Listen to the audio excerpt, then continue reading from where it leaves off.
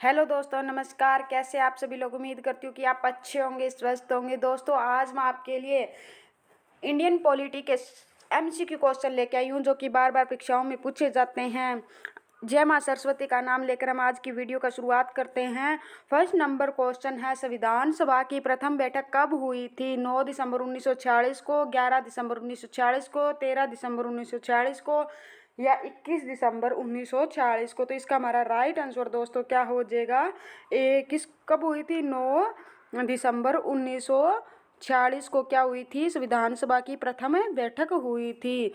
Next question, संविधान सभा के स्थायी अध्यक्ष के रूप में किसे नियुक्त किया गया था? संविधान सभा के अस्थायी अध्यक्ष के रूप में बताना, सॉरी दोस्तों, अस्थायी अध्यक्ष के रूप में डॉक्टर BN राव को या डॉक्टर सच्चिदानंद को सिन्हा को या भीमराव अंबेडकर को या डॉक्टर राजेंद्र प्रसाद को।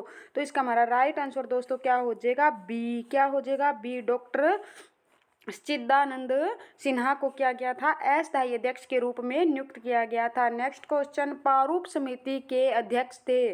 प्रारूप समिति के अध्यक्ष बताने कौन थे? BN राव, JV कृपलानी, वल्लभ भाई पटेल या भीमराव अंबेडकर। तो इसका हमारा राइट आंसर दोस्तों क्या हो जाएगा? डी। क्या हो जाएगा? डॉक्टर भीमराव अंबेडकर क्या थे? प्रारूप समिति के अध्यक्ष थे। नेक्स्ट क्वेश्चन, संविधान सभा के स्थायी अध्यक्ष थे। अभी अभी तक तो अस्थायी पूछा था।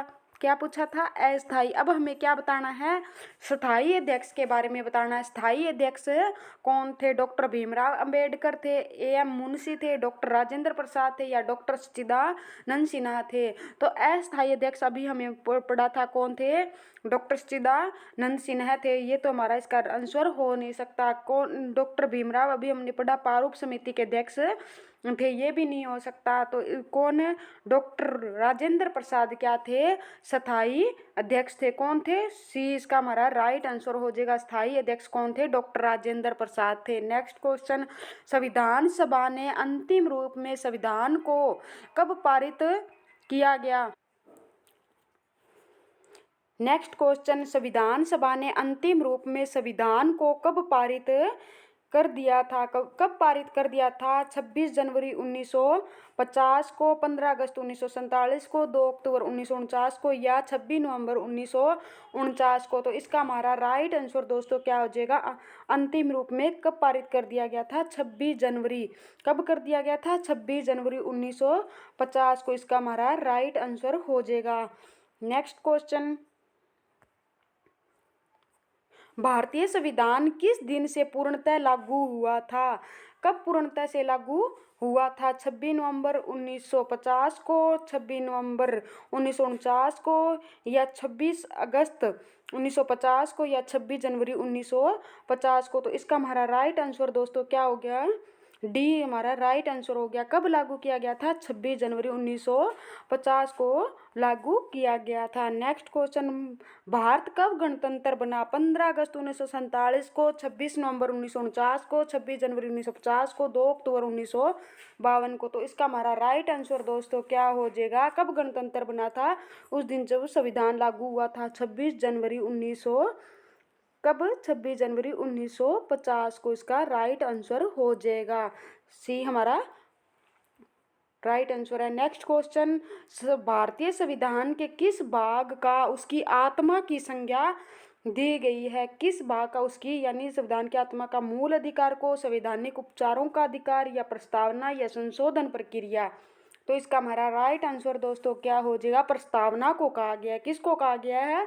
आत्मा किसको कहा गया है? प्रस्तावना को कहा गया है। सी हमारा राइट आंसर हो जाएगा। नेक्स्ट क्वेश्चन, संविधान सभा ने राष्ट्रीय गान को कब स्वीकार किया?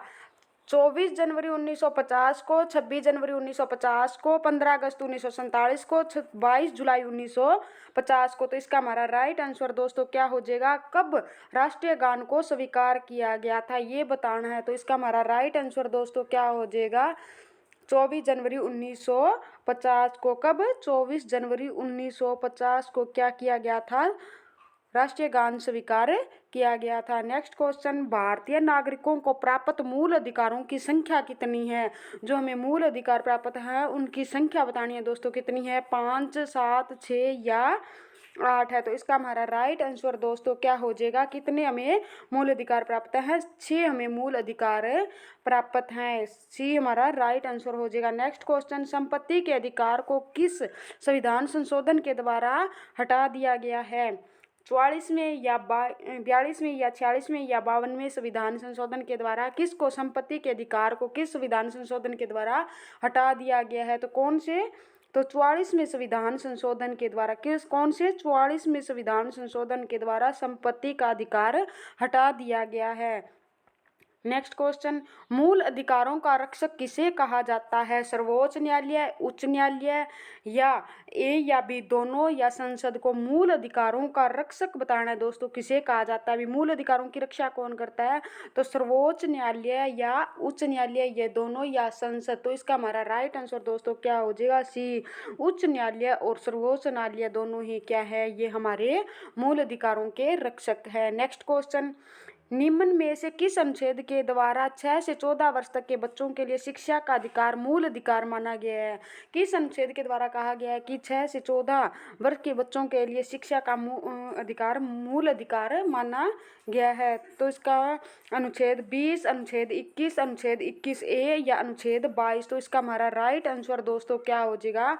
अनुच्छेद 21A के तहत, 21A के तहत क्या है, 6 से 14 वर्ष के बच्चों को शिक्षा का मूल अधिकार दिया गया। नेक्स्ट क्वेश्चन, लोक कल्याणकारी राज्य की अवधारणा किस में निहित है? ये बतानी है, मूल अधिकार में है या राज्य के नीति के निर्देशक तत्व या मूल कर्तव्य या सर्वोच्च न्यायालय? तो इसका हमारा राइट आंसर दोस्तों क्या हो जाएगा?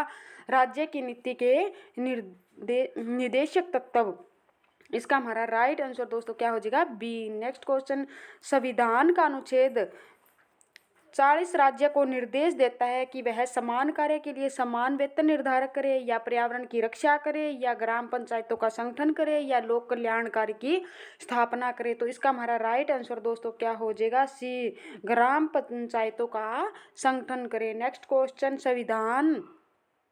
संविधान में मूल कर्तव्यों को शामिल करने की प्रेरणा को किस देश के संविधान से ली गई है? जर्मनी से, रूस से, फ्रांस से, चीन से। तो इसका हमारा राइट आंसर दोस्तों क्या हो जाएगा?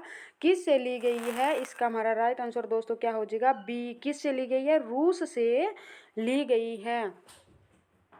नेक्स्ट क्वेश्चन, संविधान में मूल कर्तव्यों की, यानी जो कर्तव्य हमारे, उनकी संख्या कितनी है ये बताना है। तो हमारा इसका राइट आंसर दोस्तों क्या हो जाएगा? कितने हैं मौलिक कर्तव्य? हमारे 10 हैं। कितने हैं? 10। नेक्स्ट क्वेश्चन, संविधान में मूल कर्तव्यों को किस समिति की अनुशंसा के आधार पर शामिल किया गया? यानी मौलिक कर्तव्यों को जो थे हमारे, उसको किस समिति की अनुशंसा पर हमारे को दिए गए हैं? कर्ण सिंह समिति, कृपलानी समिति, स्वर्ण सिंह समिति या देवराज अरस समिति? तो इसका हमारा राइट आंसर दोस्तों क्या हो जाएगा? स्वर्ण सिंह समिति। सी इसका हमारा राइट आंसर हो जाएगा। नेक्स्ट क्वेश्चन, भारतीय संघ की शक्ति किस में निहित है? संसद में है, प्रधानमंत्री या राष्ट्रपति या मंत्रिमंडल? तो इसका हमारा राइट आंसर दोस्तों क्या हो जाएगा?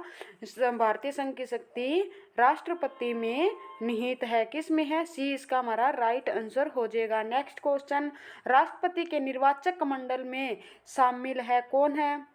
संसद के दोनों सदनों के सदस्य तथा राज्यों की विधानसभाओं के निर्वाचित सदस्य, संसद के दोनों सदनों के निर्वाचित सदस्य तथा राज्यों की विधानसभा एवं विधान परिषदों के निर्वाचित सदस्य, संसद के दोनों सदनों के निर्वाचित सदस्य तथा राज्यों की विधानसभाओं के निर्वाचित सदस्य, या संसद के दोनों सदनों के निर्वाचित सदस्य। तो इसका हमारा राइट आंसर दोस्तों क्या हो जाएगा? सी हो जाएगा। क्या हो जाएगा? सी इसका राइट आंसर हो जाएगा। संसद के दोनों सदनों के निर्वाचित सदस्य और राज्यों के विधानसभा के निर्वाचित सदस्य। नेक्स्ट क्वेश्चन, राष्ट्रपति के कार्यकाल की अवधि होती है, कितनी होती है? 3 वर्ष, 5 वर्ष, 6 वर्ष या कोई सीमा नहीं। तो इसका हमारा राइट आंसर दोस्तों क्या हो जाएगा? 5 वर्ष की होती है। कितनी वर्ष की होती है? 5 वर्ष की। नेक्स्ट क्वेश्चन, राष्ट्रपति पद के चुनाव के लिए कौन सी विधि अपनाई जाती है?